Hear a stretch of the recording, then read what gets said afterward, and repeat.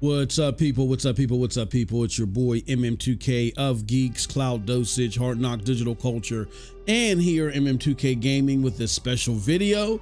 We wanted to take this time to remind everybody that our $70 PlayStation Network point giveaway is still active.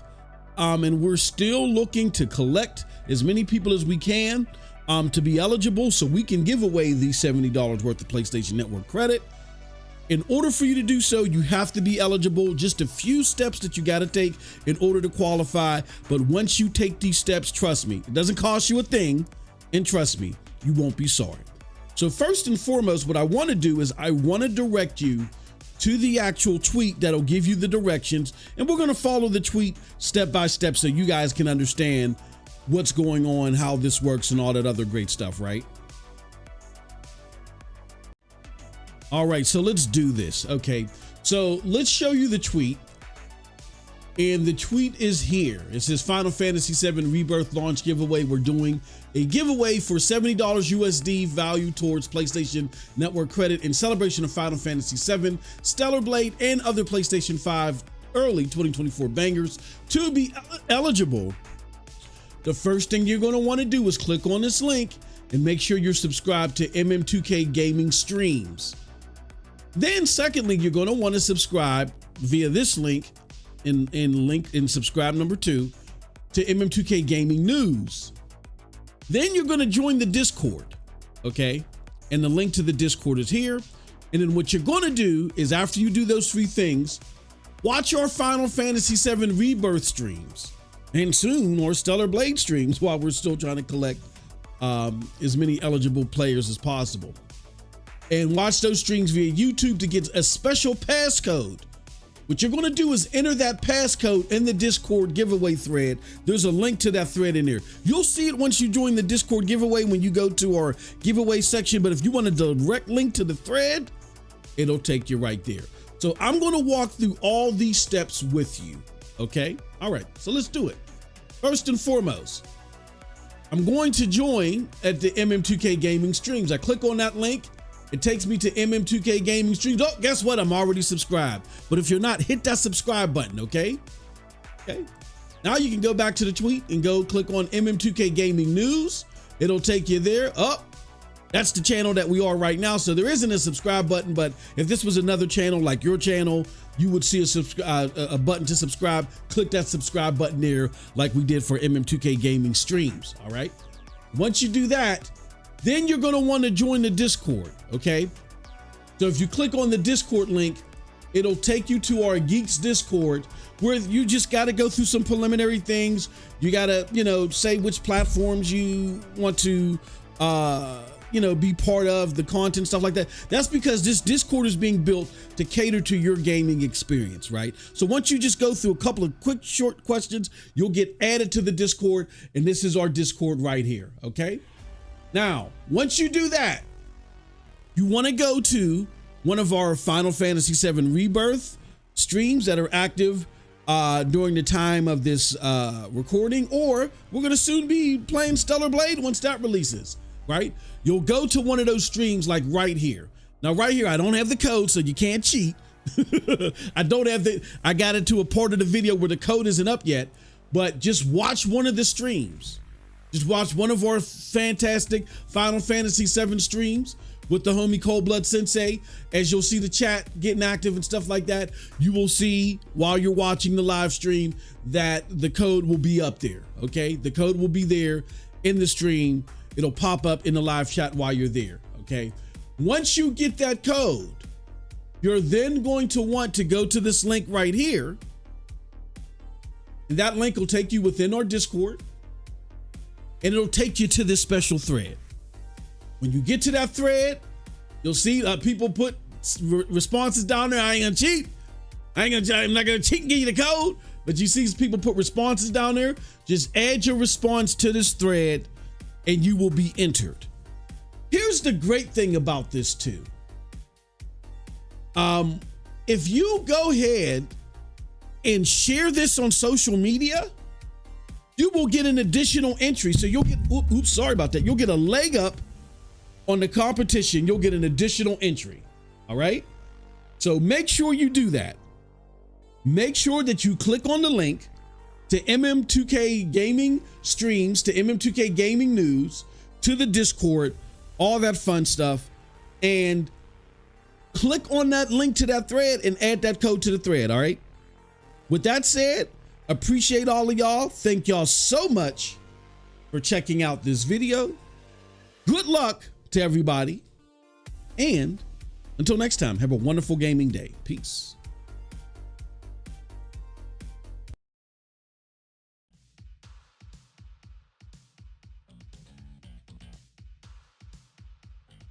What's up, people? What's up, people? What's up, people? It is your boy MM2K of GEIX, Cloud Dosage, and Hard Knock Digital Culture, back again with another episode of excuse me, in a row mic check, where today we're going to be talking about the Square Enix reboot breakdown and Hypercharge Gamepass sub begging. Your co-host Cold Blood Sensei said he's leaving this podcast. He said he can't take it anymore. He's now become an Xbox enthusiast, and my hate for Phil Spencer's role with Xbox is too much for him. So he's packing up and he, no, Cold Blood is he's handling some things behind the scenes. He'll be on the show as soon as he gets done with all that stuff. What's up, everybody? How are you doing? I see you in the chat, Sean, talking talking your jive, your boo jive. I'm about to get everybody's comments up here. We're going to have a lively show. I hope everybody had a great weekend, but we're going to have a lively show. This is probably the first time in a long time, if ever, that we've had two subjects headlining a in a row mic check. Normally, in a row mic check, we're just picking the topic of the day. You know what I'm saying? And we're rolling with that. But we got a couple of things happening here. We got something that isn't so much anything, but, you know, people tried to make it something. So we want to do our parts to make sure you're not fooled, that you know what's going on and tell you the truth. And I think that the Twitter is being corrected as we speak. I'm just scrolling through and checking stuff that's out there, but Twitter is being corrected as we speak about this. But in addition to that, we got something that we really should be talking about, that really should be hitting up the internets. In the two subject matters, the one that we've been wasting our time on today, but we got to cover it because people are being duped into believing something that isn't true, is that's the Square Enix PlayStation exclusives have ruined Square Enix. That is bogus. And it's being called out now. People are being put to task and so forth, as they should. But we just wanted to make sure that we do our part to make sure that you're aware of what's really going on. But in addition to that,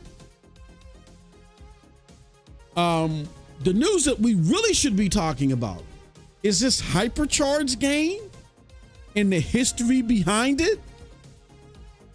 And where they're at right now with them being begged to come to come to Xbox, but now they're being told, well, we ain't interacting with your game. Nope, unless it's in Game Pass, which that within itself is just so ironic, especially because of the history. If you're a Stadia gamer like me, and Sean and Geek, a former Stadia, if you come from cut from that ilk, you remember these people because you remember what they were saying, what they said about Stadia, and you know how they were talking trash and how Game Pass and Xbox was so great. And now they're not on Game Pass and Xbox ain't so great.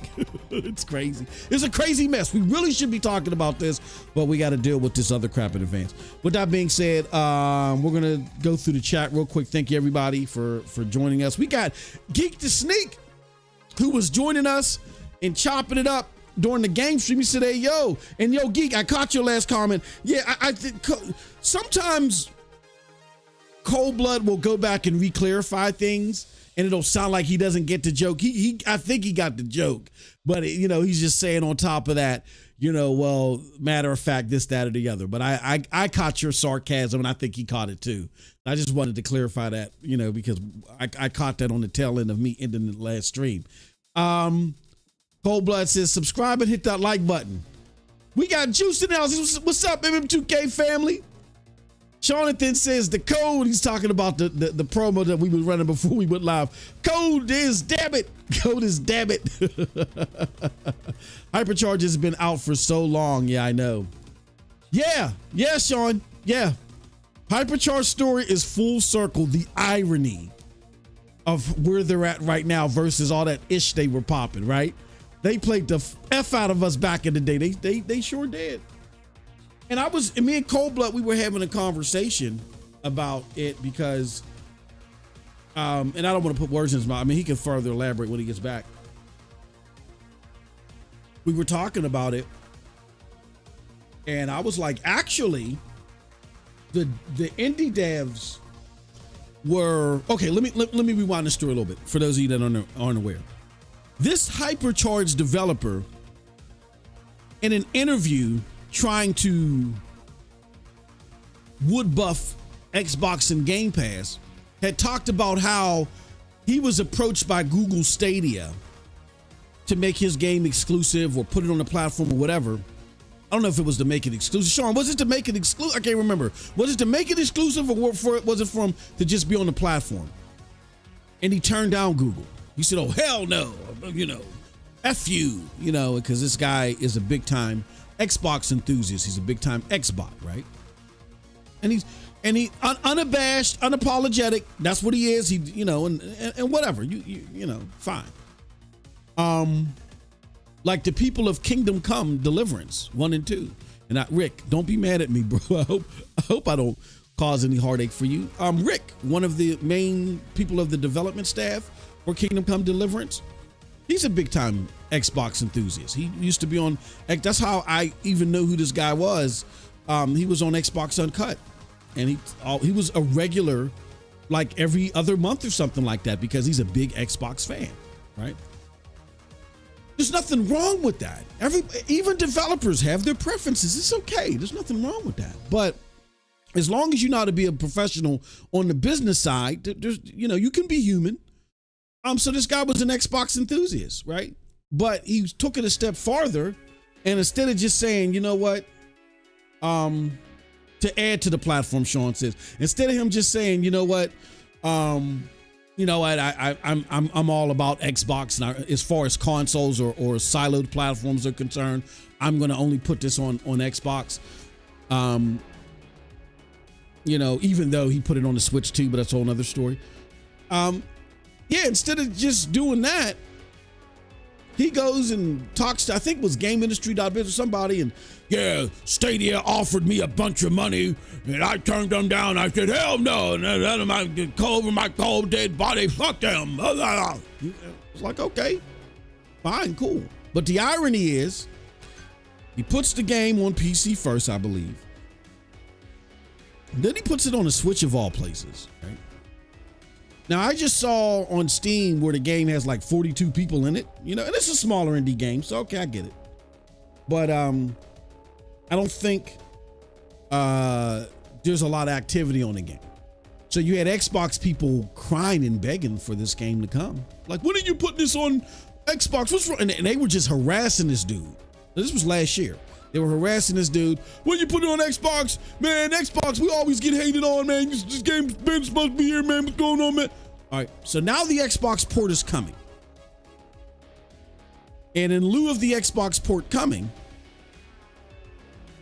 he's like, I'm not putting this in Game Pass. This is after 2 years of wood buffing Game Pass, wiping their secretions off his knuckles. You know what I'm saying? Being Xbox's secretion towel for about 2 years. This is after all that. Now all of a sudden it can't come to the glorious Game Pass. Why not? Why can't it come to the glorious Game Pass? You rejected even being on Stadia. I was in a mind state that it was an exclusive, but they wanted to pay you to be on the platform. And as I was explaining to Cold Blood, a lot of indie studios were raking in the dough with the Stadia Pro incentive program, the 70-30 split, where they were going to keep 30% reinvested and the other 70 they were going to split amongst the indie devs that were on the platform. Don't take it from me. When Linus Tech Tips got a Stadia server and he was checking it out, one of the developers he got it from talked about how they were so upset. Him and fellow developers were so upset that Stadia was going. It was really a lucrative venture for them. Remember, I forgot the one person's name, the one game that they were making where they had the chart after the Stadia Pro incentive thing started happening. How they were showing us that I think Stadia was bringing them more money than Steam for their game, because you get to separate your game from the shovelware on Steam, and you have a platform where the gamers are really excited about new games coming, so they really engage with it when it hits Stadia Pro, and you earn a lot of revenue, right? So dude missed out because he could have launched a game in Stadia Pro and could have got a whole bunch of money and would have gotten a whole bunch of engagements in comparison to what he's already getting now. Who was that? The 1000-Day Winemaker dev or something? And then behind the scenes, y'all, I'm not going to say who, but behind the scenes, y'all, I've spoke to plenty of devs that are indie devs that have had experience in the past working on AAA games, support group devs that had support group experience with AAA games. They've been all on the show. I've been on shows co-hosting them with other people, asking questions about said games. And they all talked about how they enjoyed working with Stadia and how benefit and lucrative it was for them as a smaller studio. They didn't say everything was peaches and roses. They've had their concerns. But when you look at their experience overall, they were happy. So, and I'm talking about the indie devs. I'm not talking about the big AAA devs. I'm talking about the indie devs. So this dude really shot himself in the foot to be a fanboy by not putting it out there. So that's irony number one. But irony number two is you did that to boost up Game Pass, and you're not there. And Xbox gamers are now that they've gotten what they asked for, which is your game on the platform, now they're shitting all over you. And now you got to go you got to go on an apology world tour. Like, you sound like Drake trying to explain that you're not a PDF. You know what I'm saying, right? I don't feel bad for this dude at all. And it, again, nothing to do with Xbox. It's just, see how when you're not a professional, like I talk my shit here. This is pure entertainment. As anybody can tell you, when they work with me behind the scenes, I'm all business. I try to be as fair as possible, and I'm all business because I have business background. Like this is entertainment. Don't confuse this for how I work behind the scenes. We get organized, we do business, and we do all the other shit, and then when we turn on the mics, it's all for entertainment. But that's what happens when you're not about your business and you want to talk shit. So I don't feel sorry for the guy. I think Cold Blood is back now. Oh no, he's not fully back yet. But yeah, just to give you guys an understanding of what's going on. Let's go in the chat, talk a little bit further. We got Cole. Yeah. Sean said to add to the platform. He says told Stadia people to stop asking because it's hell no. Which again, you go ask all the other platform makers, and they would have told you, you're an indie developer. Yeah, this is easy money, bro. But you go ahead and shill all you want to. Steam was released in early access 2017, Nintendo Switch 2020. 100 Days Wine Sim game. Okay, yep. I knew it was somebody. It's a Stadia game. So many devs are fighting change to get the money. Stadia paid them for games. Look at Orcs 3 and Young Soul. Yeah. And again, don't take it from me. Take it from somebody who has no incentive, who actually jumped on the gravy train of trying to contort what the actual platform was capable of and how well it worked. Like, I find it funny that a lot of these motherfuckers, when Stadia died, then they say, oh, you know what? Platform was actually good. I heard from the actual devs that it was actually good. Here, we got this server kit in here, and it was actually good. People actually enjoyed it. Where the fuck were those conversations while it was still alive? Yeah, Stadia and Google did a lot of, well, not Stadia, it was Google. Google did a lot of goofy shit when it came to the platform, but there was so much muck and lies and misinformation that a lot of people stayed away from the platform where they could have engaged it and enjoyed it. When I threw it out there to people and they actually interacted with it, the overwhelming, over 90% of them said, yeah, this was the shit. Matter of fact, the day Stadia closed, the motherfuckers that I told about the platform, they called me in a panic. They're like, oh my God, I can't believe, including my brother, I can't believe it closed, man. Oh. They were like torn to pieces.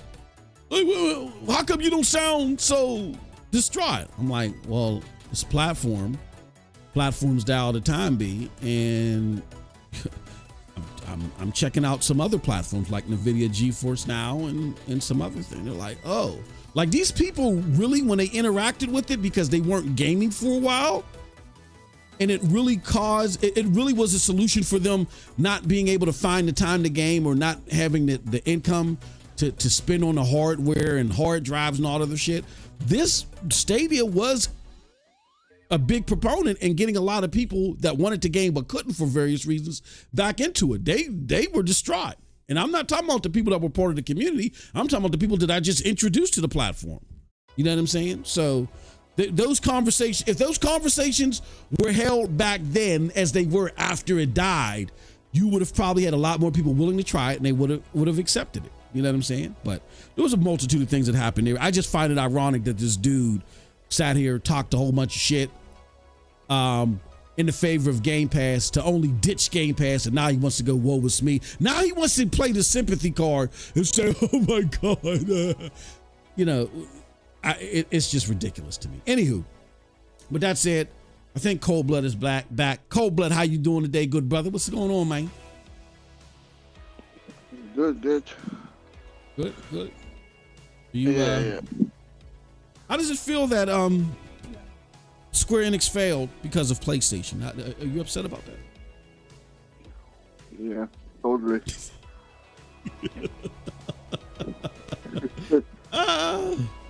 It's a horrible feeling, man, to know that. I told you that PlayStation exclusives are bad for Square Enix. I told you.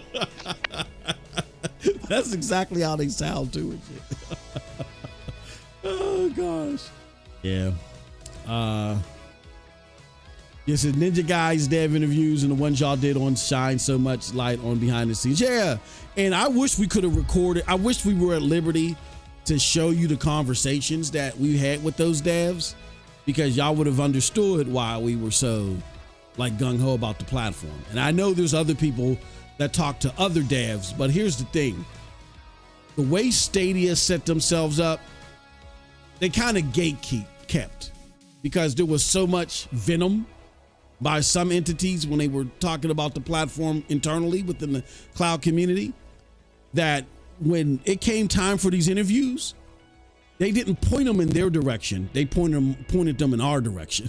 They're like, you want to go talk to, to John and Ninja GEIX and, at times MM2K, because they couldn't trust me all the way, because if they fucked up, they knew I would be on their ass. Not saying that other people wouldn't get it, but they knew that I would be on their ass. So I kind of like slid in behind John and shit into the club rooms and was able to interview people. But the conversations we had were eye-opening. Like everybody was like taken off guard, except for Phil Harrison knew, of course. We knew Shaka knew, and I think Kareem Yap knew. And outside, and Dov Zimmer, the co-creator. Outside of those four, I don't really think anybody else knew. Like they found out maybe hours before we did publicly. And the devs were distraught. The staff was distraught. And unfortunately, Google is probably kicking themselves because they're like, fuck, the thing that we're concerned about would have been alleviated because CMA made it to where they got to give their games to the streets. So it's on them. They made the decision. Can't blame nobody but themselves. It says because Square putting games on Game Ass would have helped. Yeah, and let's get into that, man. I love Stadia. I don't want to spit. Check me out on Cloud Dosage. I'll talk about that over there. I love Stadia, but I'll reserve more of those comments over there. Here's what I got to say about this Square Enix thing. Let's read this story first. This is from GameIndustry.biz. So let me tell you guys something. And Cold Blood, he can chime in if he disagrees. I don't trust any of these journos. If I want to see what's happening with the story, I try to go here first. They're not always the quickest, but that's not a bad thing because they try to like investigate a story at least a little bit before they put it out there. They're not always perfect with the news, but they're better than pretty much everyone else. So I went to GameIndustry.biz to see what was going on with this Square Enix news. I mean, and I already knew what was going on, but just to confirm. So Square Enix embarking on aggressive multi-platform strategy as profits drop 70%. Following disappointing financial year, company unveils 3-year plan, target long-term growth. So Square Enix has released its financials for the fiscal year ended March 31st, 2024, with the results largely below that it had previously forecasted. Again, we've already talked about most of this last couple of weeks. As a result, the firm is set to implement a brand new strategy going forward, hoping to achieve stable profit generation in the digital entertainment segment by 2027. So let's get right to it. This is the financial highlights. This is the nooks and crannies of what's going on. Square Enix's digital entertainment sales were ever so slightly up, mainly thanks to its HD games sub-segment, the firm said. The solid performance, I want to underscore this again. The solid performance of Final Fantasy 16, Final Fantasy Pixel Remaster, Dragon Quest Monsters: The Dark Prince, and Final Fantasy VII Rebirth saw the HD games sales increase to 99.2 billion yen versus the 78.5 billion yen the previous fiscal year. However, the firm's MMO and games for smart devices, PC browser segments both declined year over year, and then the operating loss across its digital entertainment segments were due to higher development costs, but more importantly, as we'll see in other slides, amortization and advertising expenses. For those that don't know what they mean by amortization, is those are the projects that they were working on that they canceled. They were amortized, okay? We've seen a lot of people try to twist this into something that it isn't. And I woke up to a barrage of this. I'm sorry. Hold on one second.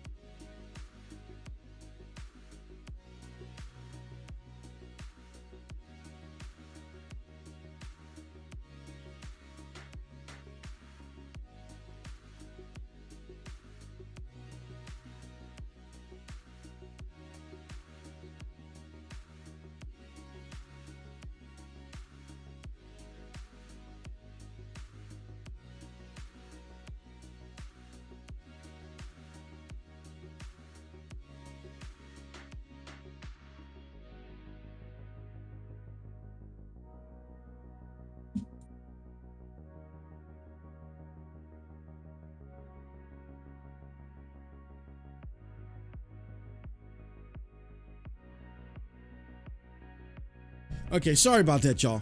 Okay, so in talking to Square and looking at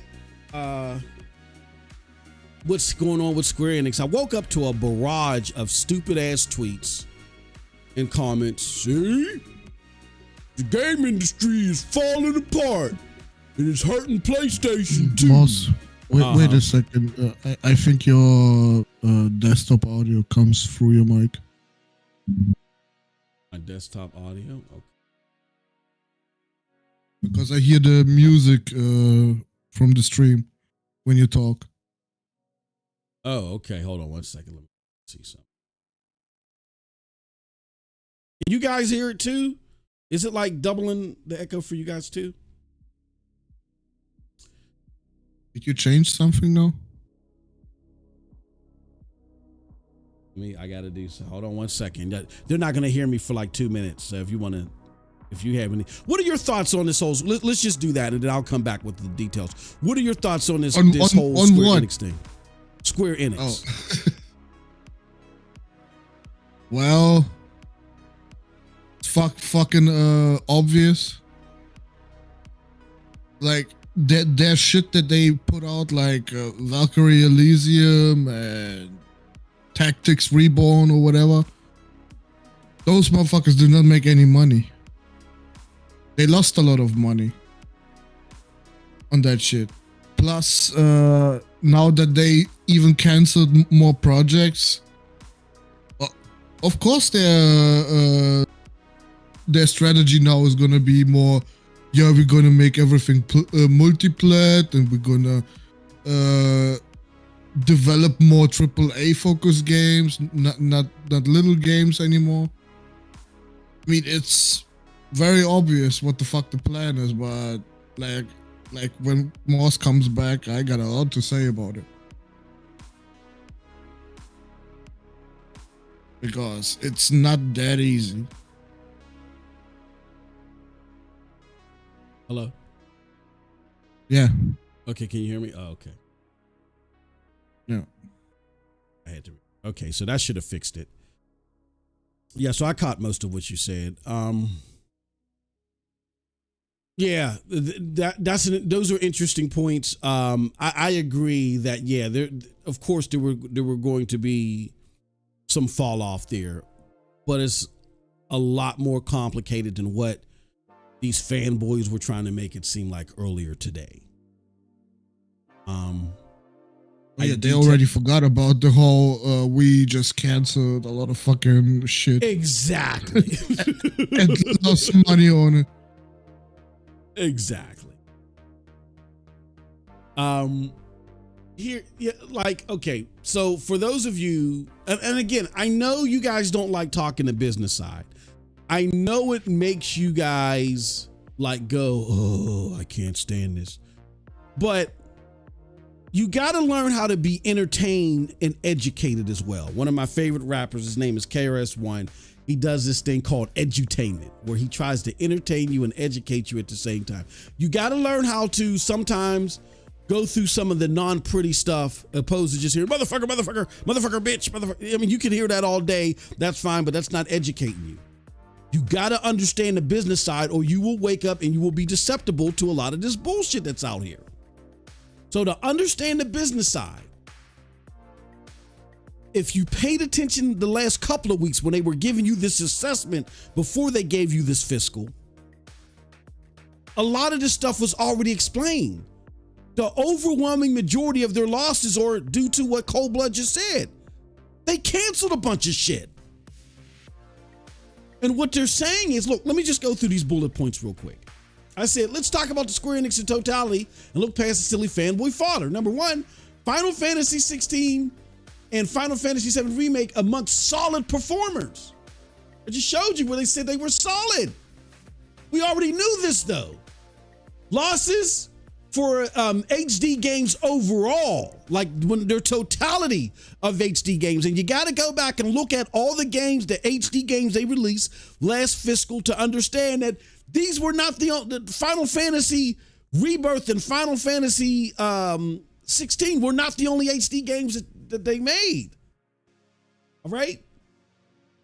Then there was cancellations that Cold Blood mentioned, MMO services and more that attributed to the loss. Some attributed more than others. Yeah, and what like, they're listen. Final Fantasy 14, the craze is over.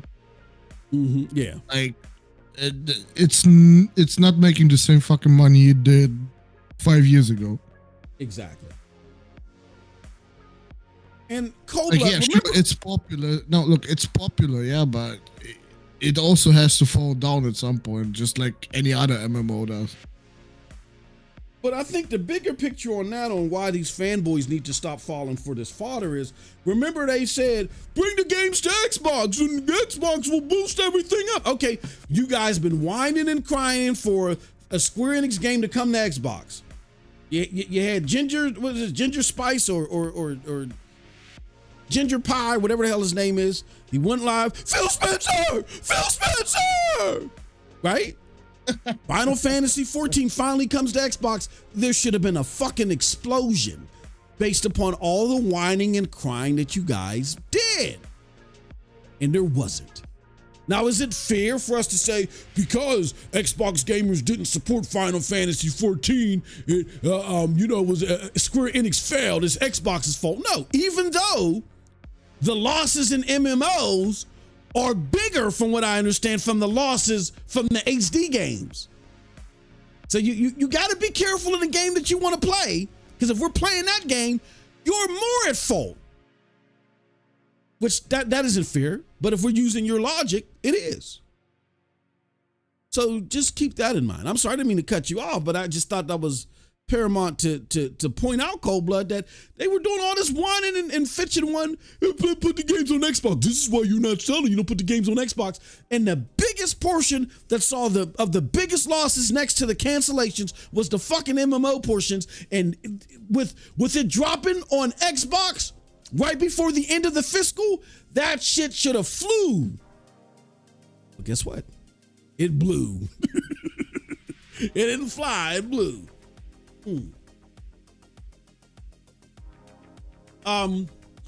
Basically what they're saying, y'all, when it comes to the HD games, is they're saying to offset future losses, let's focus on putting these solid games, right? What are the solid games again? Let's focus on putting the likes of our solid games, the likes of Final Fantasy 16, Final Fantasy Pixel Remaster, which isn't even on the next gen. There's not a version you can play on next gen. Like, I tried to even see if I can play the PlayStation 4 version on the PlayStation 5. Can't do that. Dragon Quest Monsters, The Dark Prince, and Final Fantasy VII Rebirth. Those are games that are segmented from other platforms, right? So they're not just saying, let's take Final Fantasy 16 and put it on PC and Xbox too. They're saying, let's put all of our shit everywhere, like Capcom. Meaning, Dragon Quest Monsters. Let's not just put that on Nintendo. Let's put that on PlayStation. Shit, PlayStation 4 if we can. PC, and fuck it, let's do Xbox too. So this is not targeted specific towards PlayStation games. This is saying, we got our game catalogs, our HD game catalog, highly segmented. Everything is only somewhere. Let's make more of our HD games multi-plat. That's what they're saying. Now, does that mean that there's going to be no more Final Fantasy VII remake issues exclusive to PlayStation? I don't know. What do you think about that, Cold Blood? Do you think that this means the next iteration after Rebirth is going to be multi-plat? I hope the fuck not. Yeah. I don't think it is. No. It better not be. Mm-hmm. Like, that would be crazy. Because Sony funded this project. This was meant to be. This was a project that they devised with Sony. Because Final Fantasy VII in the first place was a PlayStation exclusive. So I'm thinking that the rest of the iterations as they launch will remain exclusive, even if timed. Like, you can get Final Fantasy VII Remake on PC. You know what I'm saying? You can play that on PC. After the fact, right? I wouldn't expect anything different for Rebirth. But to see these Final Fantasy VII Remake games anywhere else, day and date particularly, I don't know.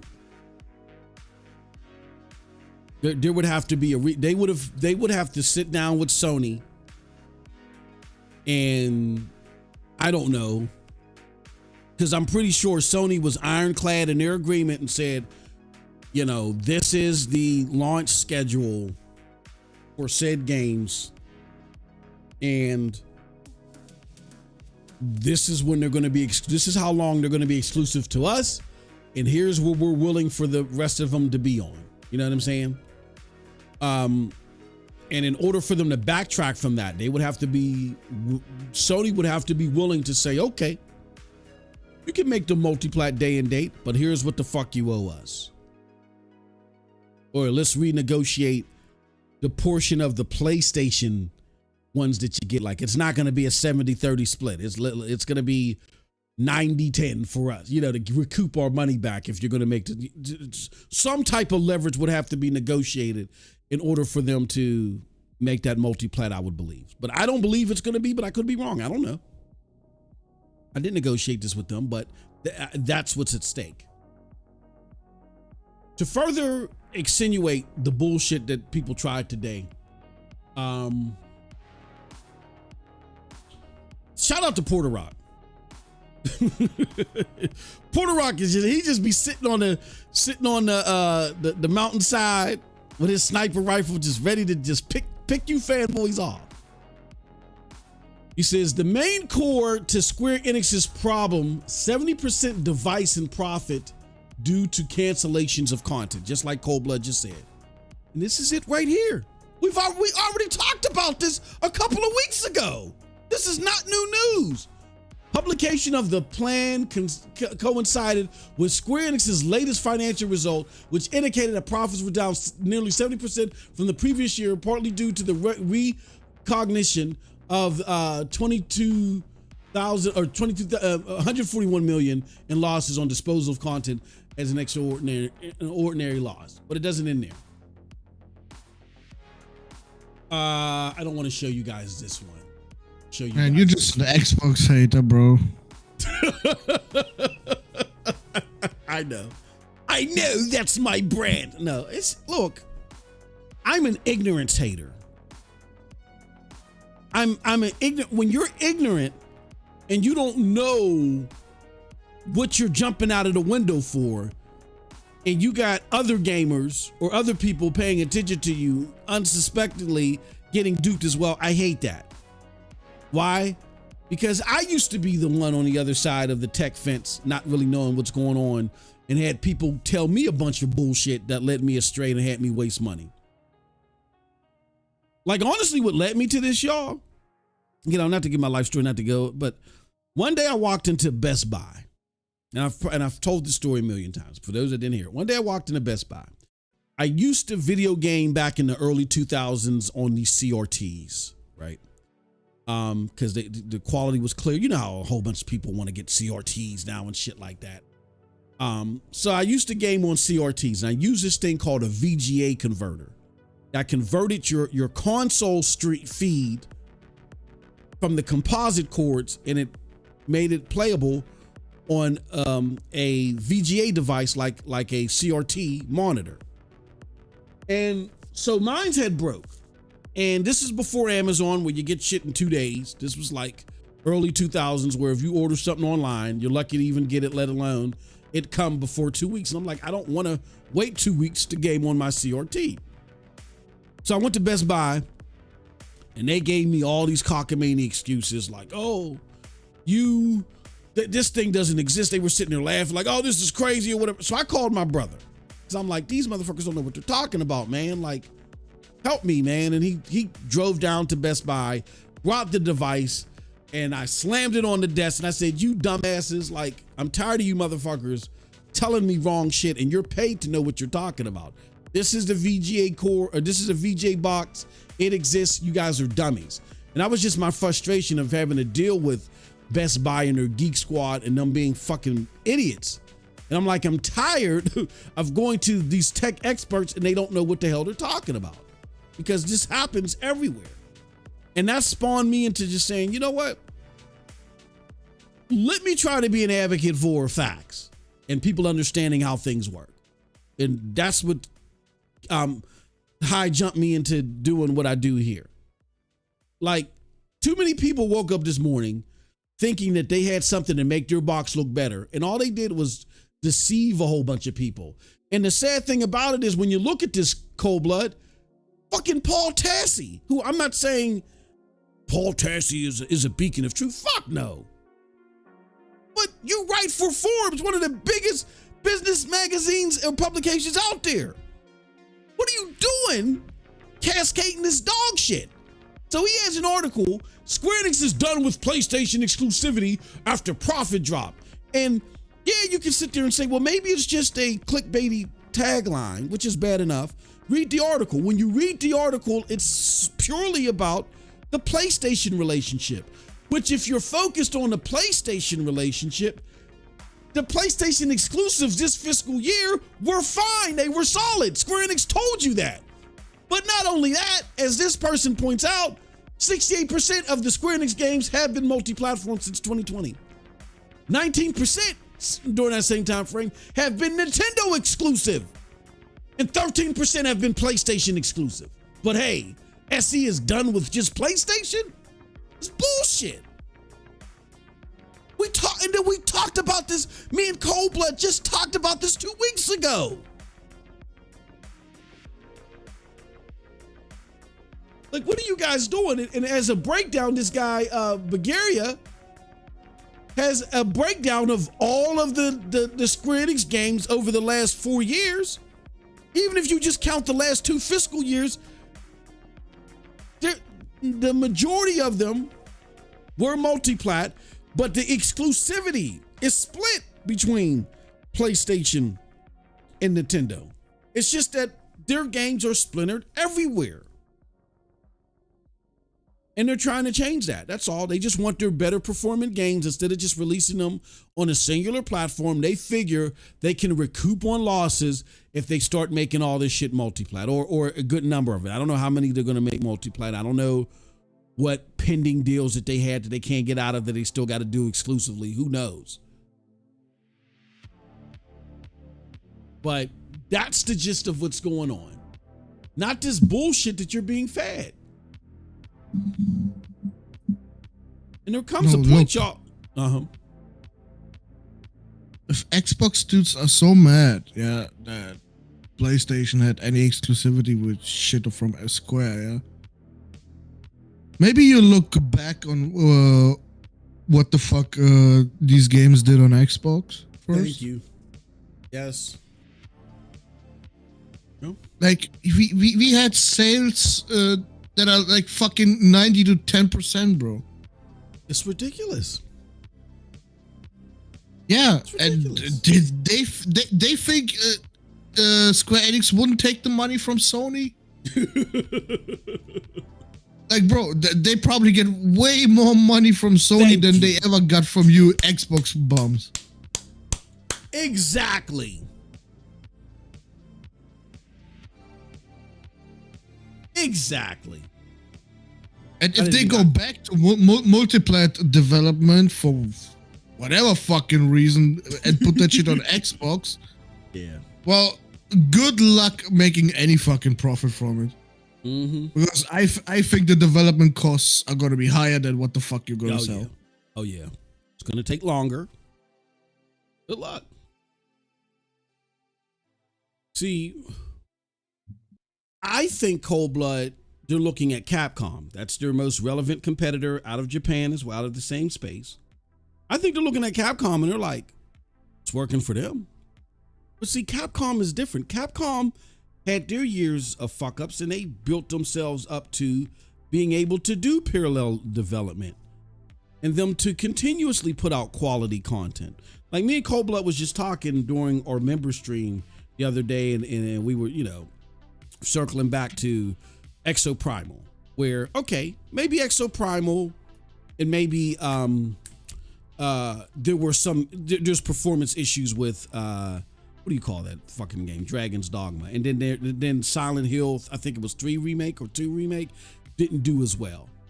But out of those are just 2.5 instances out of 7 years. 7 years they keep seeing record profits. And when everybody was laying people off, they were hiring motherfuckers. They just have a culture over at Capcom that overnight, even in 3 years, I don't think you can change. Like, you got to start working on different IP. You got to do your existing and legacy IP. You got to promote them better. You know what I'm saying? It's just a multitude of things that you got to do that's different. And like, I'm with Cold Blood. I don't think that Square Enix got the chops to do parallel development and still give you, like, they were even talking about it.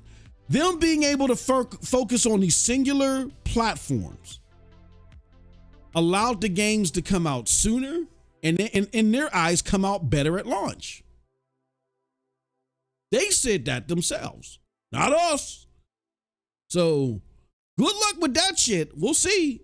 Hopefully it works. We'll see. And if it works, fine. But don't be disillusioned like the answer was putting it on Xbox. Like, I see more people say the answer was you sell to more gamers and you'll make more money. The economics of it don't work. There's so many of you in this gaming space that don't understand business, and you're talking about technology and something that's heavily rooted in technology and business that it's fucking mind-blowing. It doesn't work like that. Parallel development is a big fucking thing. It's a big roadblock. And we've heard time and time again from developers, if you don't have a great parallel development system, games are going to take longer to make, and it's going to be a rougher ride. Yeah, you may get more in sales, but what is it going to cost for you to get that sale? If that was the case, then fuck it. Why weren't every game on Google Stadia, right? You know what I'm saying? Like, why wasn't every game on, why isn't every game on Amazon Luna, right? Just fuck, because you're gonna give to more people, right? Wrong. There's development costs. There's porting costs. Is it even worth the effort? That's why they didn't bring their shit to Xbox. They're trying to mimic Capcom, which I salute the effort, but they better be ready for what they're getting themselves into. Even with PC, even though I can see them approaching PC, but their problem they're going to run into with PC, not only is the piracy, but the fucking parallel development. Because developing for PC can be a mammy-jammy. And if you ain't prepared to do that, you're going to have a bad launch. So, you know, I'm with Cold Blood 1,000% on that, but y'all just got to be smarter. No, look, what they have to reevaluate is the type of games they make. Mm-hmm. Yeah. Like, make games that appeal to more people. Mm-hmm. Easy as that. That's what Capcom does. Exactly. Like, they got a Resident Evil, they got a Street Fighter, they got a Dragon's Dogma. Like, that's three completely different fucking games already. Mm-hmm. Or even Monster Hunter.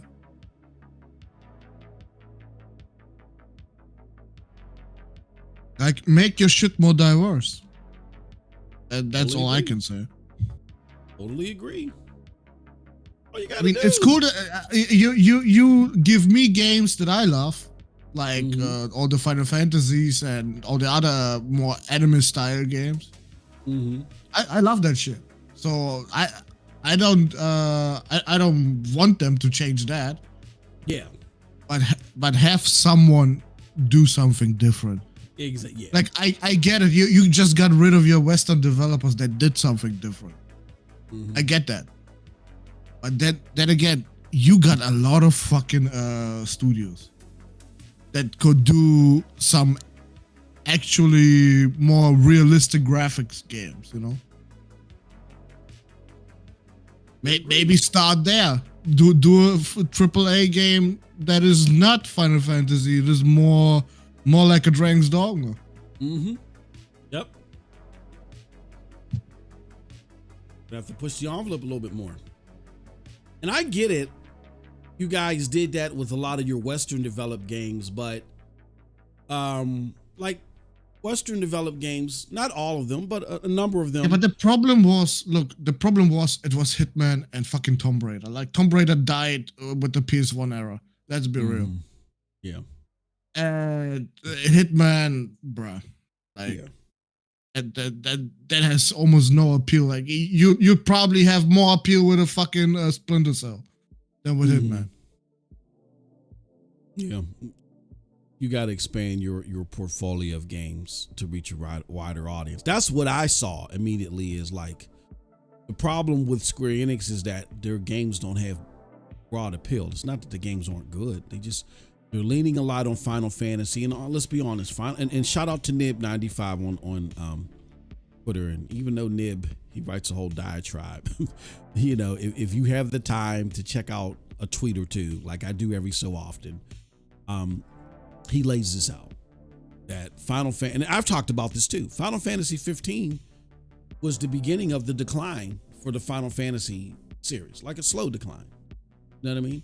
And when you go and you make it exclusive to a console where the user base doesn't have full saturation, you know there could be revenue spots that you don't hit. You know what I'm saying? But PlayStation would have accounted for that. I talked about that when Ron Slusher was up here in the chat when he was on Twitter talking this crazy stuff, and I said, look, they would have been compensated for that, because when they're releasing Rebirth, there's a lot more potential users than it was when they released Remake. You know what I mean? So that's how the business works. And again, let's be abundantly clear. Go back here. Not because the PlayStation exclusives did poorly when they failed Square and it cost them so much money. That's fanboy rhetoric to excuse the fact that Xbox is shitting the bed. They're losing confidence, and they sent Sarah Bond out there. They sent her to a gunfight with a spork, you know what I'm saying, and a plastic cup for a shield. She was like a fish out of water on that Bloomberg shit. And these fanboys are still fighting for their lives. Like R. Kelly in an interview. They're fighting for their lives. And this is a deflection. This is a distraction. Don't let these simple distractions leave you ignorant. They said the solid performances of Final Fantasy 16 and Final Fantasy 7 Rebirth saw the HD game sales increase. What else do you need? What else do you need? For anyone crying on the Xbox side, I got something for you. Show them mouse. Hold on. Where'd you send it? It was Twitter. Twitter.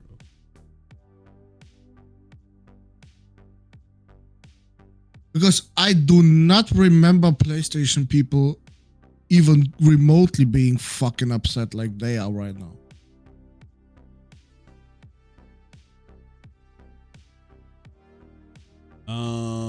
Here, let me do this. I copied. No. Copy the image. Put it over here on Twitter. I mean on Discord. If I open up our conversation. Oh man, let me message him, man. Let me message Cold Blood, man. Message K Mega with that shit. Why want to let me message you, man? I have no idea. All right, so I got that. Let's see. Let's take here. Let's save. Let's copy the link. Put this mofo right here. One is showing the entire chat. Oh, okay, there you go. This new Xbox One bundle delivers the ultimate Tomb Raider experience this holiday. And nobody gave a shit back then that it was exclusive. I don't know about that. Who cried about this? Oh, Who cried about this? You had publications that everybody was asking, when is Tomb Raider? No, when Tomb Raider being exclusive to Xbox was a big thing. When is it coming to PlayStation? Yeah, that was notorious back then. That was notorious. Okay, Jonas, but I mean the normal people. Yeah. Who was crying? I think a lot of people on social media, not just the journalists. That was a big thing. is that the people were upset that Tomb Raider was coming to Xbox I exclusively. cannot remember that. When is I'm trying to see when is Tomb Raider coming PlayStation, if I can find something on that. But yeah, now that I can say was a big thing that was over. It was over exaggerated. I'd have to find the link because I'd have to filter out my searches. But that was a big thing. But like, wait, did PlayStation people try to explain to you how this was a bad thing for Square Enix? I saw a lot of people say that this game needs to be on PlayStation. This should be on PlayStation. Like why they were like, okay, why this is a waste of. Did they try to explain to Xbox people why this is bad for Square Enix? Their argument they were making a similar argument, but under different terms. Like what the Xbox people are saying now is that that exclusives are bad because they're not coming near the Xbox. What the PlayStation people were saying when this launched is exclusives don't make sense on Xbox. So anything that comes on Xbox should come to PlayStation. It's essentially the same argument with different argument points. Both of them were bullshit. But nah, back in this was a thing where you did have the pony barn get out of sorts about this coming exclusive, and then because it was an exclusive, I cannot remember none of this shit, bro. Yeah, coming. If y'all can remember, it was to me it was a complete non-issue, bro. Yeah, like so the fuck what? It's exclusive, so yeah, move on. Yeah, I mean that's the right. I did not cry about this. And I did not try to be a fucking financial advisor for Square Enix. Mm-hmm. Yeah. Like these motherfuckers are doing right now. Bro, legit everybody became a financial advisor overnight. Yeah. After the news came out. Any argument against exclusives is bullpucky. It's bullpucky. This is part of the business. This is how it's ran. And if you don't like them, so what? Part of the business. You don't like them, then fund the platforms for the difference. You know what I'm saying? Can I answer, Juice? What did you say? Go ahead. Juice. If that is what happened to you, well then Xbox did their fucking job. That's all I'm gonna say. Says people love the game of the reboot. When they made Tomb Raider 2 exclusive, I was pissed and checked out the series. Built the series. Yeah, there was a lot of people that. Well, here's the problem and why it didn't work for Xbox, unfortunately. And that was an unfortunate circumstances where I think it worked perfectly for Xbox. They killed the franchise that Sony could have made into something much bigger. Well, no, I don't. I mean, they could have.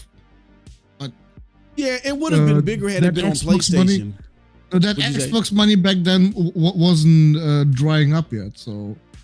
They just straight up wanted to fuck with Sony. I guarantee you that.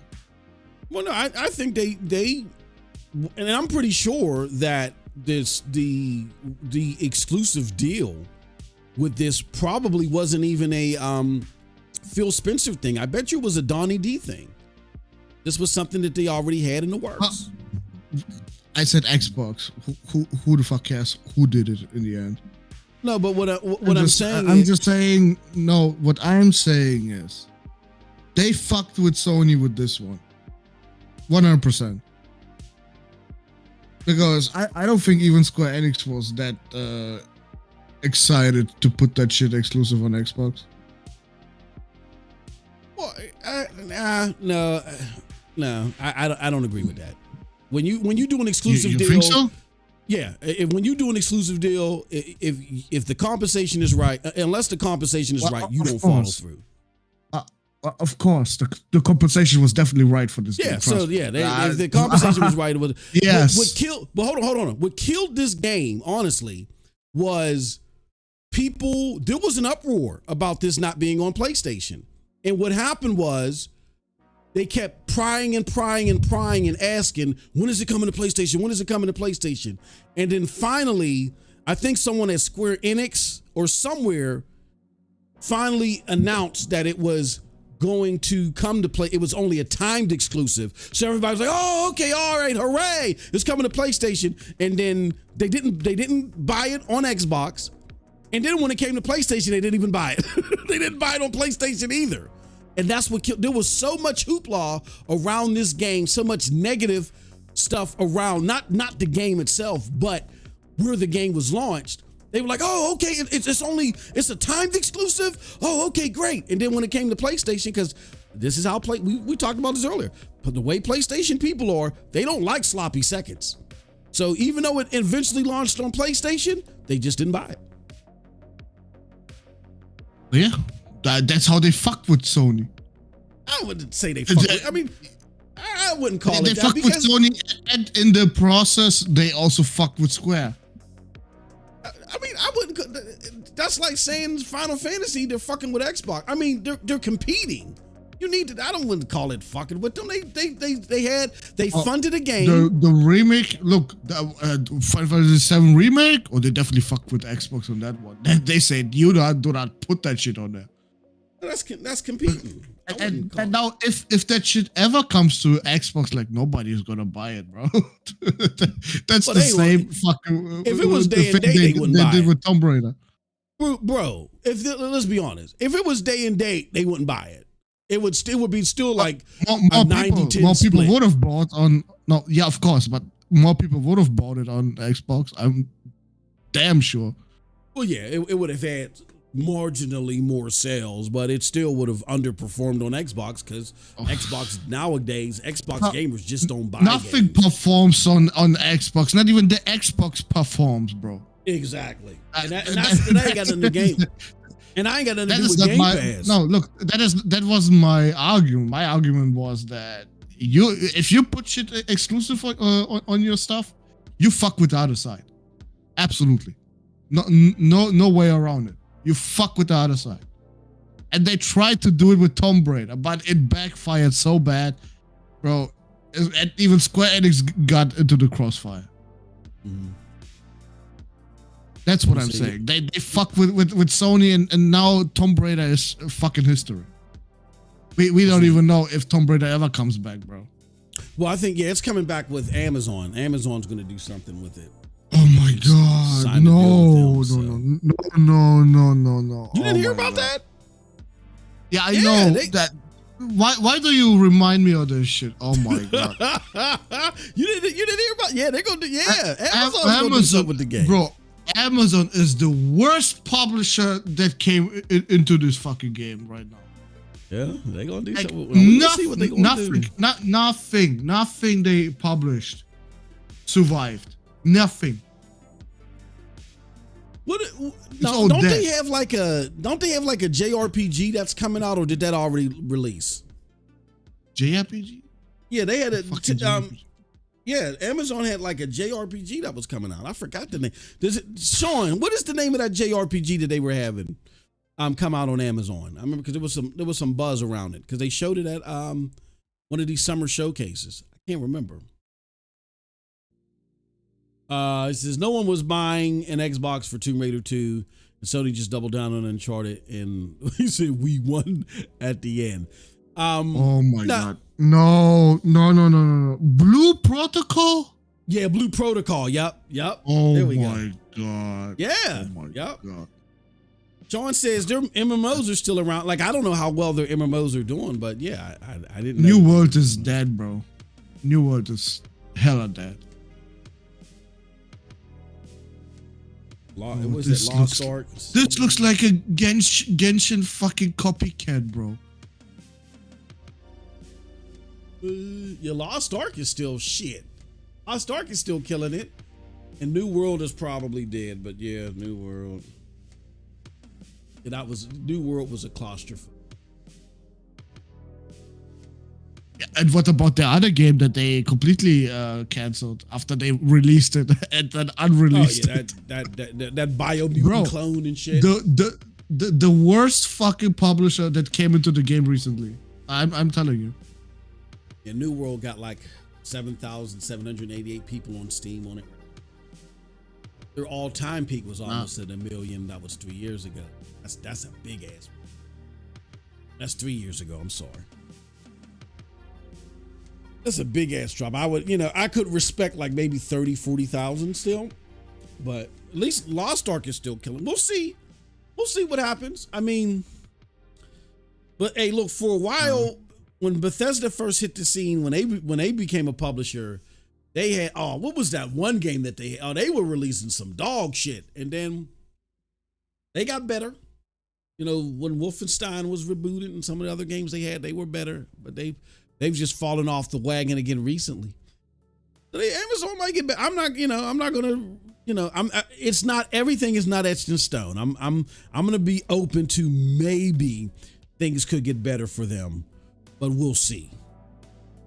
I don't know why Bandai Namco even bothers to release this game under Amazon. Like, seriously, this is when you have no fucking idea and just copy Genshin Impact. Lost Ark, World, Blue Protocol. See, he said that game was boring. What game was boring, Brigadier? You talking about Tomb Raider? Huh? See what? No, Brigadier said that game was boring. I don't know if he's talking about Tomb Raider. I don't know what game he's in. Is he saying Tom Brady or Tom Brady? Yeah. But yeah, Crucible was good, just fumbled. That is the sequel from Amazon, probably. Tom Brady and Tom Brady. But yeah, to circle back, like, don't believe the bull crap. Don't believe the jargon that you're being told by these content creators. Again, Xbox is doing a very, very bad job. Very bad job. In speaking. Can you remove Todd Howard, please? Todd Howard. Are you talking about right now? I don't want to see his face, bro. Like, he really fucked with me. Like he really fucked with my excitement for Starfield, bro. And for any future game he makes. Nah, my excitement for Starfield died when Xbox. I knew Starfield was going to be a disjointed mess when Xbox bought them. And to be honest, even before Xbox bought them, I wasn't all that excited about it either because I didn't know what it was. And I realized it. Isn't it funny? No, isn't it funny that anything Xbox touches becomes fucking dog shit? Oh yeah, it turns into like, shit. Final Fantasy 14, they have the worst version because Xbox put some fucking shit in there. Like no other version has it but the Xbox version. Like what the fuck? What is that they put in there? Let me Google it, but it was some BS that they had to put in there. Yeah. I'm not, bro. I'm gonna be honest with you. This is not hate. I've been with Xbox since the fucking OG. I know a lot of you listening weren't gaming seriously back then, or probably weren't here. Not all of you, maybe some of you got. That's like what, 20 years ago. Over 20 years. Yeah, OG Xbox came out in 2001. They need a new premium currency that nobody else has. And nobody else has. Yep. Like just, bro, what the fuck? just something about Xbox under Phil Spencer. Like, Phil Spencer, I think, is a good dude as far as his enthusiasm for gaming. You want somebody that can operate at that level as far as the business side is concerned, that cares about games that much. Here's the problem with Phil, though, that makes none of that matter.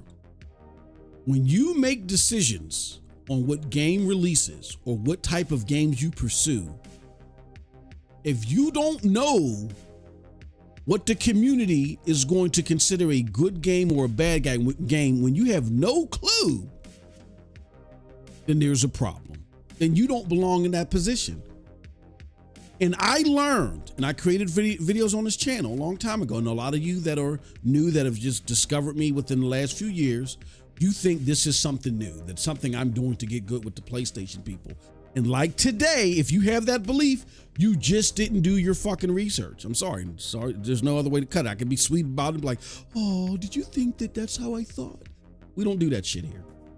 If that's what you thought about me, you didn't do your fucking research, and this is why you keep getting duped.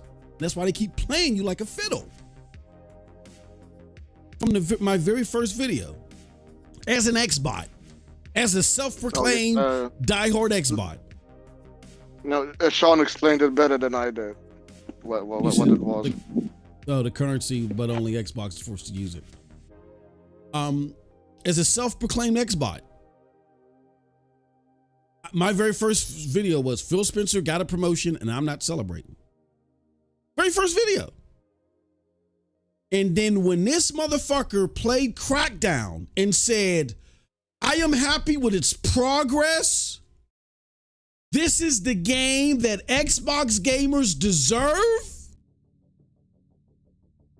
And we actually played it. That's when I knew. That's really when I was officially done. When Crackdown came out to be the mess that it was, Crackdown 3, that is, that's when I knew this guy has no idea from a quality standpoint what he's doing. And what he's trying to do is, for that big gap, that big hole that's created because he doesn't understand how to create quality, he's trying to fill it in with a whole bunch of other shit. Yeah, day and date Game Pass. Here goes more controllers. We're going to do VR. Okay, we changed our mind. We're not going to do VR. Play games everywhere.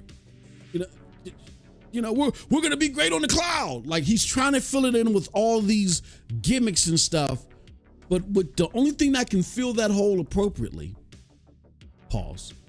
is quality. It's the only thing that can fill that. And he just doesn't have that ability. That's why we made the video, Phil Spencer should be fired. Because Sachi is only swooping in and being as heavy-handed as he is because he tried it Phil's way. And Phil could not execute. He just could not execute. So now Sachi is like, you don't know what you're doing. You thought you knew what you were doing. Let somebody else be in there that, if given a chance, they can try to do something for its hardcore base. Because Phil does not connect to y'all. He connects to the rabid fanboy who created this parasocial relationship with him and want to defend him at all costs. But the core gamer that's looking for the Xbox of old with the hardcore shit, and me and Colblet was talking about this the other day when they fucking had Shaq and Rock on the stage, and you had to frag parties with Halo. He don't connect to y'all at all. So if y'all are still lingering around, you need to get the fuck out of here. Come over here to PlayStation. PlayStation opened up some seats in the theater for you. Trust me, I know. That's where I'm at. I'm chilling, having a grand old time. Xbox doesn't relate to you anymore because of Phil. So that's just the way that it is. And as long as you guys keep falling for this bullshit from these content creators and whoever that want to say PlayStation exclusive bad, if you want to fall for that shit, that's going to be to your own detriment. But that was bogus. Framing it like PlayStation games and PlayStation exclusives are the reason that Square Enix is falling behind. It's Cold Blood, perfectly illustrated. They just got to broaden their audience with coming up with more games that are more appealing to a broader audience. They got to do what Capcom is doing. They don't just mimic some parts of Capcom and say we're going to release everywhere. That's not going to fix your problem.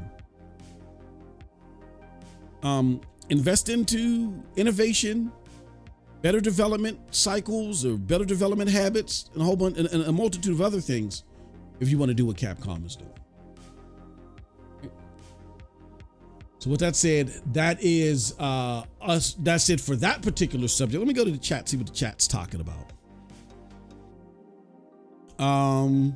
Geek says, I'm back. He says something to do with curse words and slurs. Phil Spencer does not know what a good game is. And that, exactly, Brigadier. That's what it boils down to. That's what I've been trying to tell these people for the last like 7 years. Like I had an inkling that was his problem, but then it was more compound and more so. Like all you need, like fool me once, shame on you. If you play Crackdown, okay, let me give you guys an example. If I went to Cold Blood and I said, what was that game that we played last week, Sean? What's it? The bear, Dumpster Bear. Now, again, very comical game. It has a shitty aesthetic on purpose because it's trying to be funny. But the game is only $5. So they know what they got. You know, whoever these developers are, they're just trying to get you laughing and shit and giggling. And you know, you have some okay platforming along the way. That's, you know, that's goofy as shit, right? Bro, the story was the best part. Oh my God. Like hilarious, right? But let's just say if that game was trying to be serious and it was $70 and I came to Cold Blood. No, fuck that. Now I don't want to stain that game that bad because it executes on what it wants to do and it's doing it well. If I came to you and I said Redfall is going to be the game of the year. It's going to be the game that you deserve. It's $70 and you need to pay that $70. It's awesome. It's all the other stuff. And you get Redfall and you play it and you're like, holy fuck, this game is not good or horrible. You're going to say to yourself, that dude has gaming tastes that I cannot deal with, that I cannot relate to. I cannot go to this guy and get recommendations on good games. That's what you would say. And okay, I think that would be fair. So if you're doing that with me, what you would normally do in everyday business, why in the fuck are you still listening to a guy who actually played Crackdown 3 and told you Crackdown 3 is progressing and unprompted? I mean, somebody asked him, hey, Phil, how's Crackdown coming along? He didn't have to answer the motherfucker on Twitter. It was some random tweet. So I'm going to still say unprompted. He came out and said, Crackdown 3 is progressing great.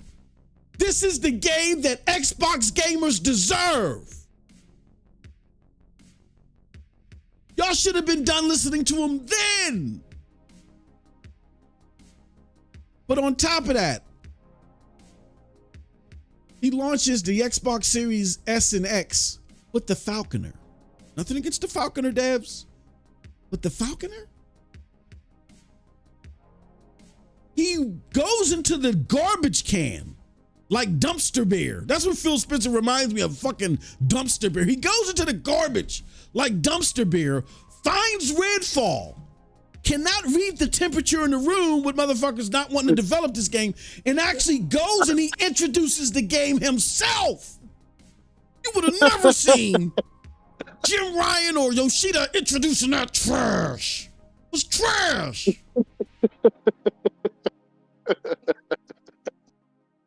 And y'all still trust this dude? Cold Blood. I mean, is this real?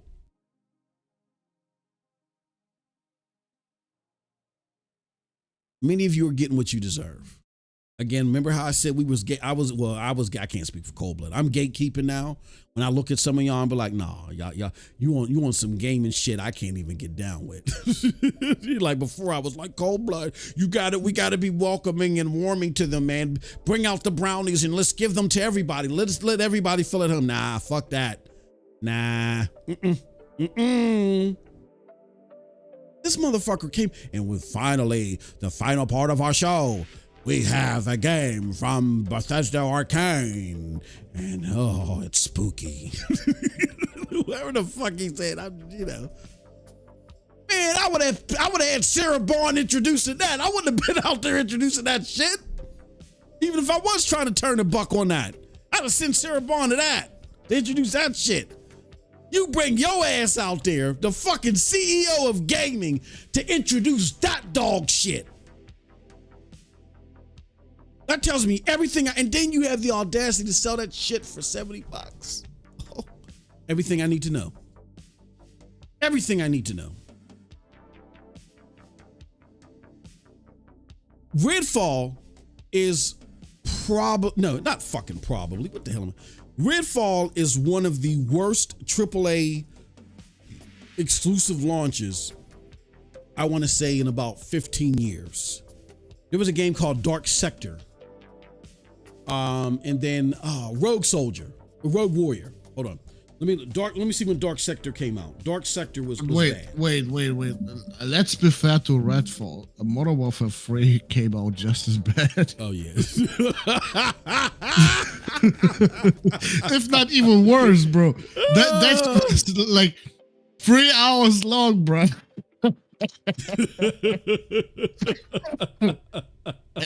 Bruh. It was fucking Warzone maps put together as a fucking story. Like, bro, what are we doing? Yeah. Bruh. Nah. You wanna hate on Redfall, bro? You gotta hate on Modern Warfare 3 too. Yeah, that motherfucker got a 58, man. Golly. Yeah, here goes the game. I don't know if you guys remember this game. It's called Dark Sector. This game was dog shit. This game was dog shit. At least it looked good, but it was trash. Who made this game? That was a horrible game. And I remember it. Developer was Digital Extremes. The publishers were Indie Game. I don't even remember Aspire. I kind of vaguely remember Aspire. But yeah, this game was trash. And then there was Rogue Warrior. That was the first Bethesda game as a publisher. Rogue Warrior. There you go. This game was trash. 55% of the people, so it got a score of 55. When did Rogue Warrior come out? Came out 2009. So 2008 and 2009, we had back-to-back games that were just dog shit. And really, those were the worst AAA games, I think, of the modern era until Redfall. Redfall is worse than them because at least Dark Sector and Rogue Warrior, for the most part, aesthetically and mechanically, were current for their times. It's just that the gameplay sucked so bad. There's nothing AAA about Redfall at all. Nothing. Let me see if I can pull these games up. Dark Sector. Dark Sector YouTube. This game was trash. I'm gonna make sure that I don't. Dark Sector trailer. Dark Sector trailer. And the game was at least a looker for its time. Here goes the 8-minute trailer on IGN. Of course, we're only going to watch a few seconds. It's Dark Sector.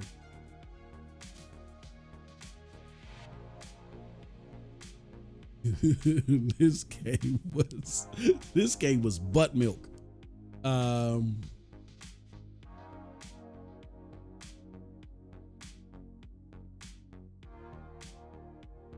had this damn boomerang.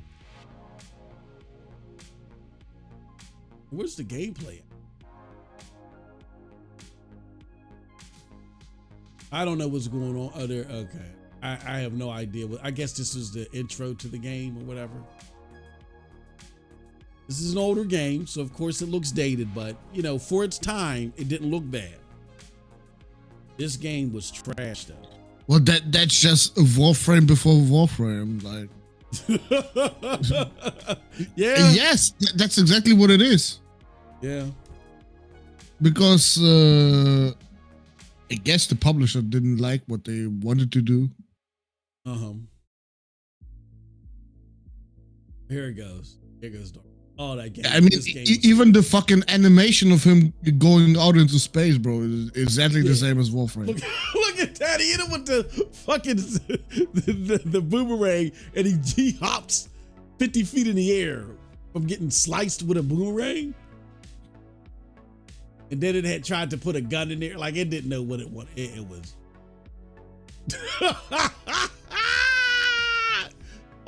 What happened like that with the boomerang? Game was bad, bro. Very bad.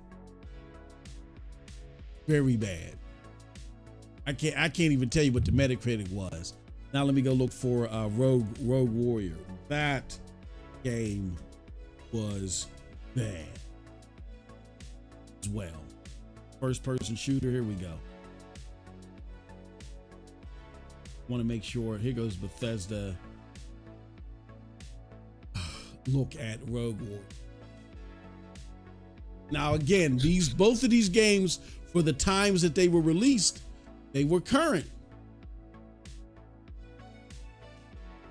No, this is gotta find. Can I find an IGN Rogue Warrior trailer? This is a CG trailer. There's gameplay. Just look up Rogue Warrior. I don't want to put up nobody else's gameplay and then we get flagged here.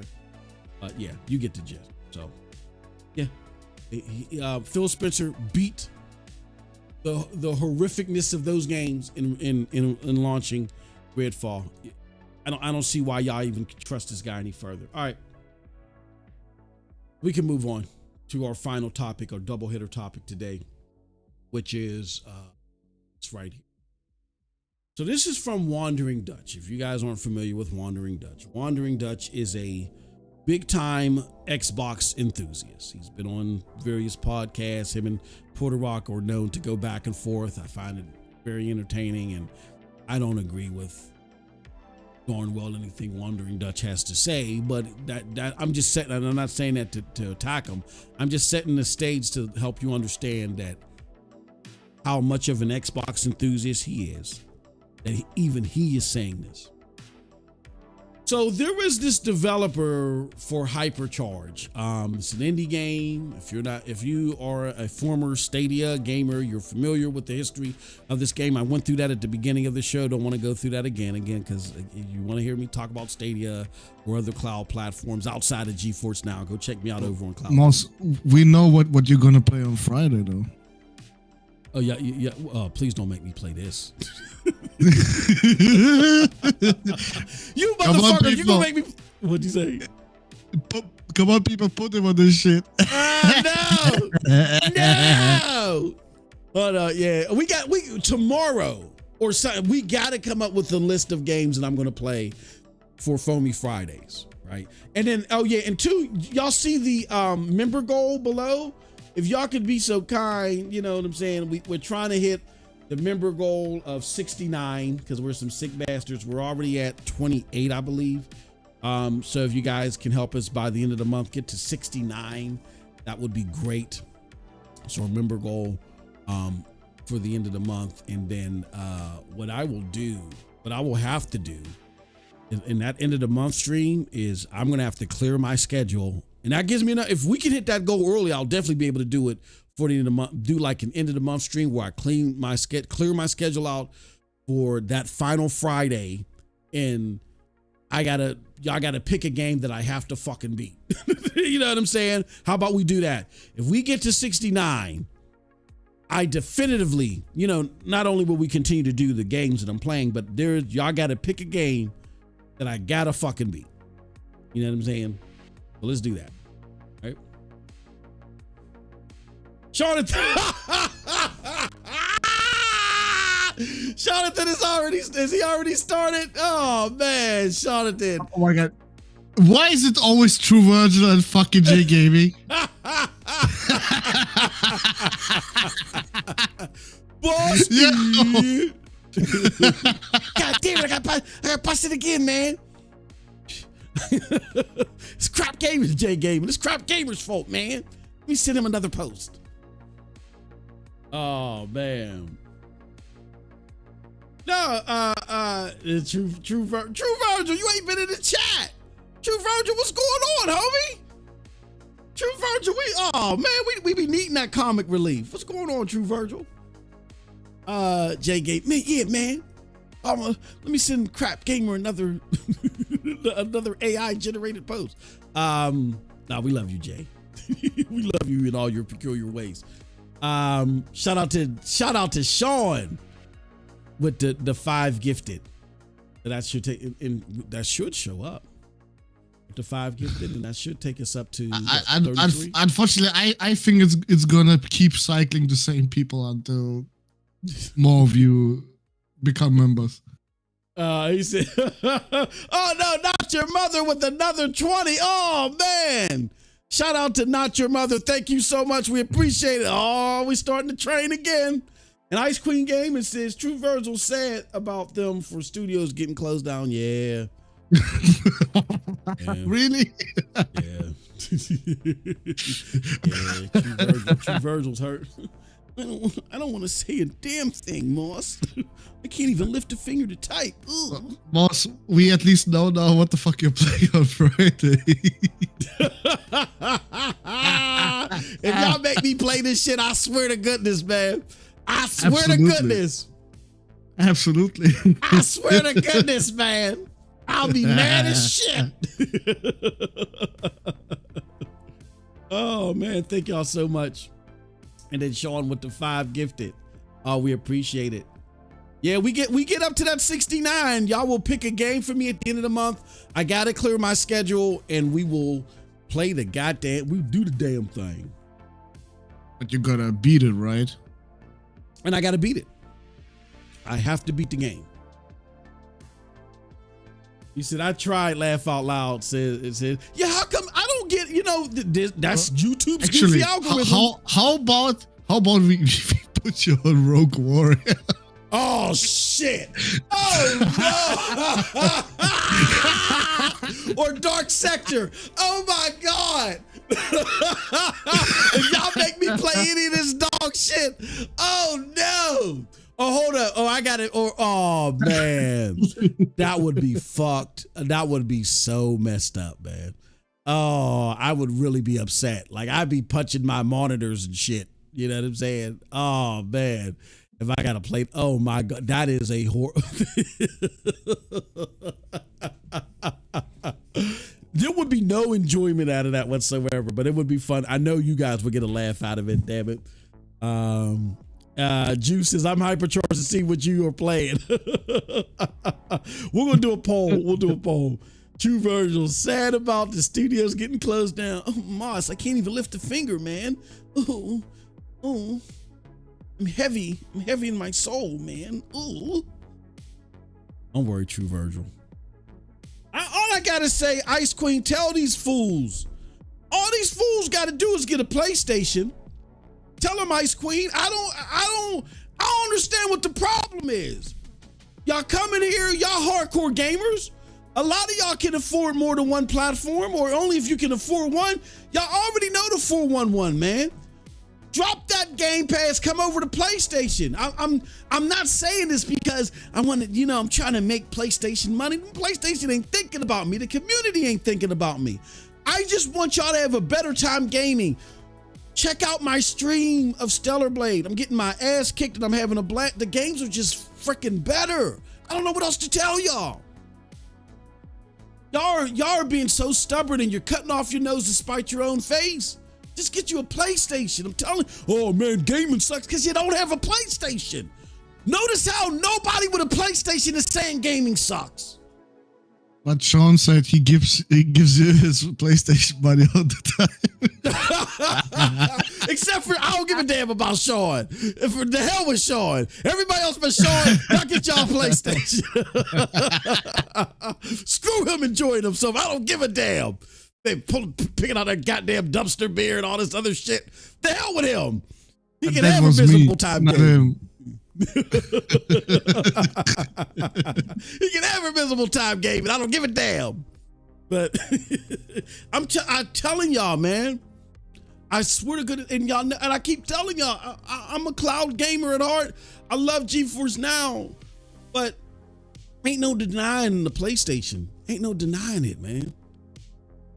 I just want y'all to have better gaming experiences. Y'all keep playing around and like, oh no, well, you know, things are going bad for you. You're using and a lot of this too ain't y'all being duped. A lot of it too is just stubbornness, and y'all are aligning yourselves with these crockpot creators that keep telling you this dumb shit like how they were trying to tell you this morning. Because you're trying to justify you going all in on Game Pass and Xbox. You know what? I have more respect for, I'm not saying I disrespect you guys, but I have more respect for someone like a Geek to Sneak who can say, you know what, I don't feel like I need a PlayStation, but can admit, like, look, man, this ain't panning out the way that I thought it would be with Xbox and Game Pass.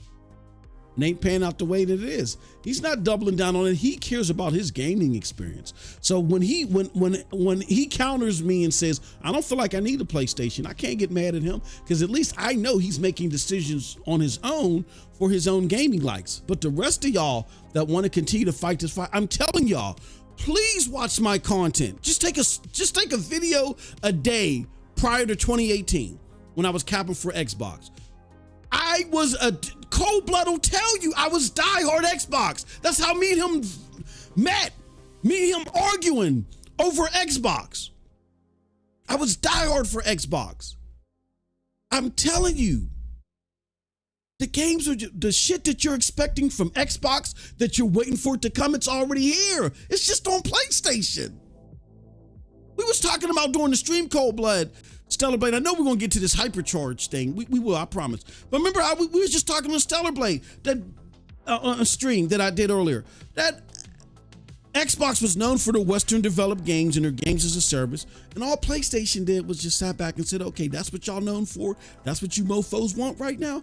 Watch us. Hold my beer." And it just took them a generation, and they got better at Xbox than Xbox was. Oh, PlayStation, y'all can't do no live service game. Boom. Bong. They got a live service game out there kicking ass of any Xbox game in Lord knows forever. You know what I'm saying? Come on now. Come on. Let's get y'all on Xbox. Just stop playing these games. Bro, I have a PlayStation 5. Oh, I keep forgetting. I'm sorry. I'm sorry. The exclusive tactic worked on you, Geek. Yeah. He said, I bought it to play there you go. Final Fantasy 16. I can see, there you go. Just get y'all a PlayStation, man. Even if, cause like me, all right, last year, the bulk of my time was still with GeForce Now. But I couldn't, man, like Spider-Man, and I got to finish it. But now Stellar Blade is taking my soul. Now, I think I have a legitimate excuse, even though I feel like Marvel Spider-Man is the best out of the three. The shinier new things are Helldivers and Stellar Blade, but those games are awesome too. You know what I'm saying?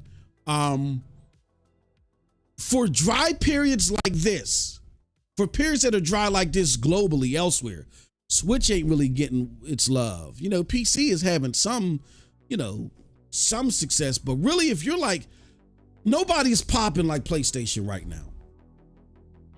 Now, is there going to be a lull? I don't know, but who's going to fill the lull? Xbox? Okay. just get y'all a PlayStation. This ain't got nothing to do with. See, I was right. No, trust me. And I even gave y'all the challenge. For those of y'all that are in the States, y'all know what Aaron's and Rent-A-Center is, right? Go to one of them. I think Aaron's has better deals. Go to one of them. Rent you a PlayStation just for a week. Go ahead and rent it. I think the running price might be like $20. Rent you a PlayStation for just 1 week and just grab any of these games that we're talking about. And you will see each and every one of these fucking games are better than anything on Xbox. I guarantee it.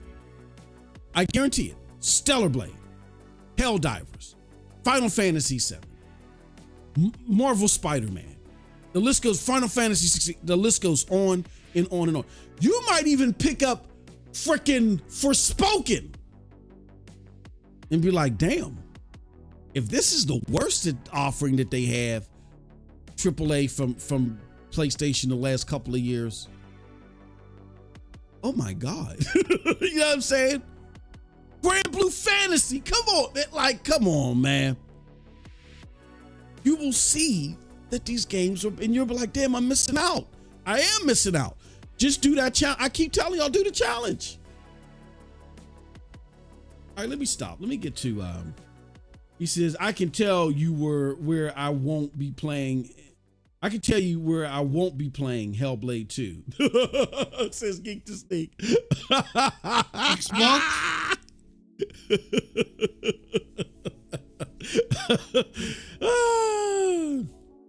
Jonathan says, I can't keep adding systems, man. I'm telling y'all are, it's dry out here, man. I get it, Sean, but and all you need is a digital. You know what I'm saying? Get a digital. If you feel like you need a disk drive later, which I don't see that happening, get you a disk drive later. But all you need is the digital, bro. Get you a digital. We'll be straight. It's only, look, here's my thing. And I know that they're cheaper now, but y'all did not hesitate to get the Series S, a lesser console with a lesser game catalog. The PlayStation 5 digital is only $100 more. I know I say only, a lot of y'all may gawk at that, but I'm just saying, in gaming dollars, $100 isn't even 2 full games nowadays. It's not even 2 full games more than that trash ass Series S. You need to get a PlayStation. All right, let's go over this. We got a few minutes. Cold Blood, what are your thoughts on this shit with the Hypercharge guy saying, I'm an Xbox fan, but he won't release the game in Game Pass, and now he's being told by people, we're not buying your game.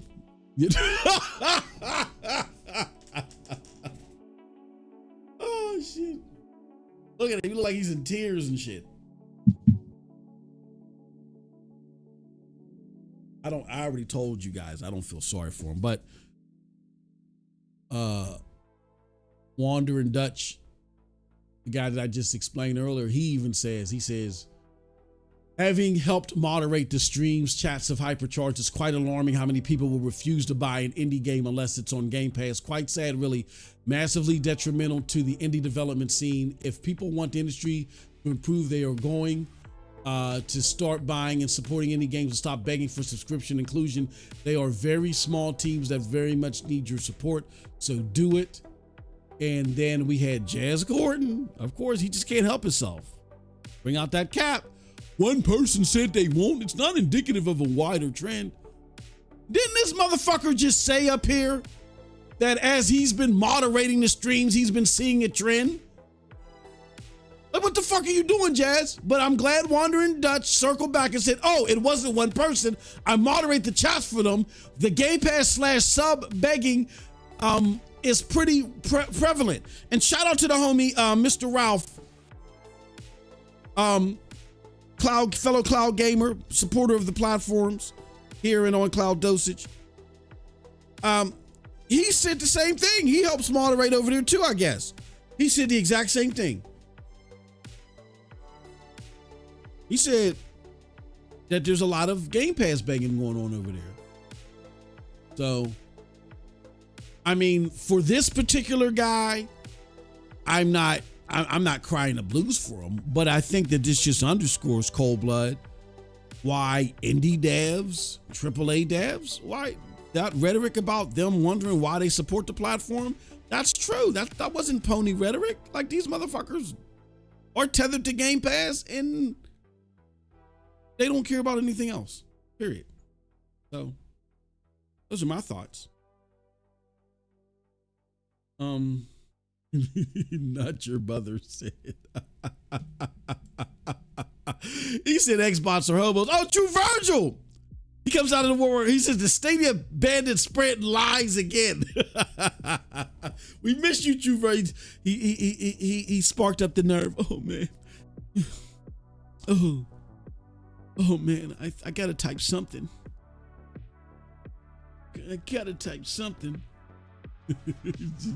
Jew said he's gonna cry in the car. Yeah, man. I look, man. Jonathan says, what did he say? He said, prove to me how good the PlayStation 5 is. You know what Jim Ryan said? Let the games do the talking. Let the games do the talking. No one's going to pay for a game that's 7-year-old when Game Pass adds newer games. I mean, I think that's a decent point, but these mofos, they begged for this game to come over. They begged for the game to come over. No, they begged to demo it on Game Pass. Yeah. But here's another thing, too, that I find funny. I remember when gamers were like, yeah, we want Microsoft to do so well. We're going to get the game on Game Pass, and we're gonna buy the deluxe edition, right? We're gonna play it on game. We're gonna buy it. We're gonna buy it at full price on it. So I know people that had a game, like I remember that was a big thing with Forza. You're playing it on Game Pass, but then to get the deluxe edition, you're paying the additional $100 or some shit. And people proudly did that. We were laughing. Why don't you just pressuring Xbox to make the deluxe DLC just an addition? No, I'm gonna do it. That was like within the first year, I think that Game Pass was dropping day and date, like y'all. But this just shows you how much Game Pass has warped Xbox gamers' minds that you guys now refuse to buy games.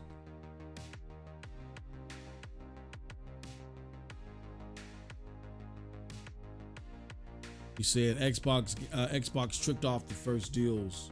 Game Pass.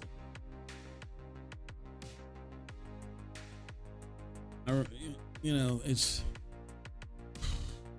you got to buy games. If game, look, you got to understand. Some of y'all act like gaming is a right. Like y'all act like gaming is like water and electricity, which that's even up for debate if that's a right. I mean, here in the States, there are programs that'll work with you if you're low income and you're having problems with your utilities because they feel like, water and electricity is essential, but it's no guarantee that you're going to get it under any circumstance. There's certain ramifications that you got to follow in order to get assistance with that. But that's water and electricity. These are games. You're not entitled to these games. This is a barter. Look up the word barter. Barter means I present you with a service or product. You give me my fair compensation in response to such. They can't continue to sustain and make the game unless they sell it.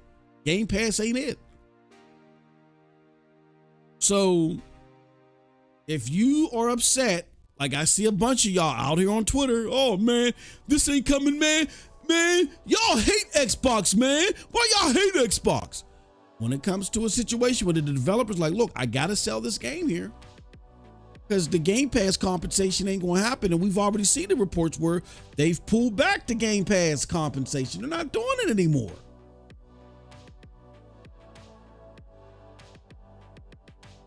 I can't be mad when these games don't come. Now, again, this is an instance to where I'm not going to throw a pity party for this guy, but this is just underscores the bad habit that you Game Pass gamers have.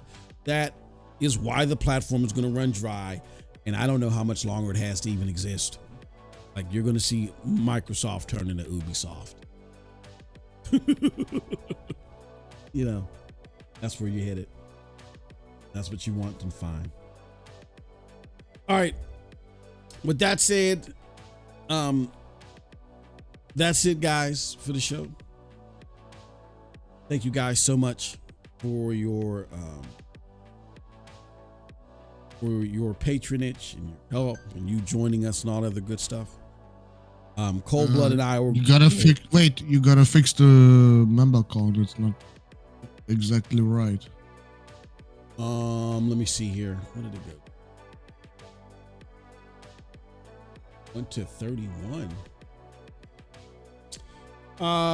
Look, we'll see. Maybe it's adjusting itself. I don't know why it just counted 2 instead of counting all 5. Maybe it'll adjust itself. I'll take a look. But yeah, by our accounts, we're up to 33. We're counting 3 instead of counting 5. We're up to 33. So again, we thank you guys so much for your help. All we need is 36 more. Get to our goal for the end of the month, and y'all can force me to play a game, and I gotta beat that mofo.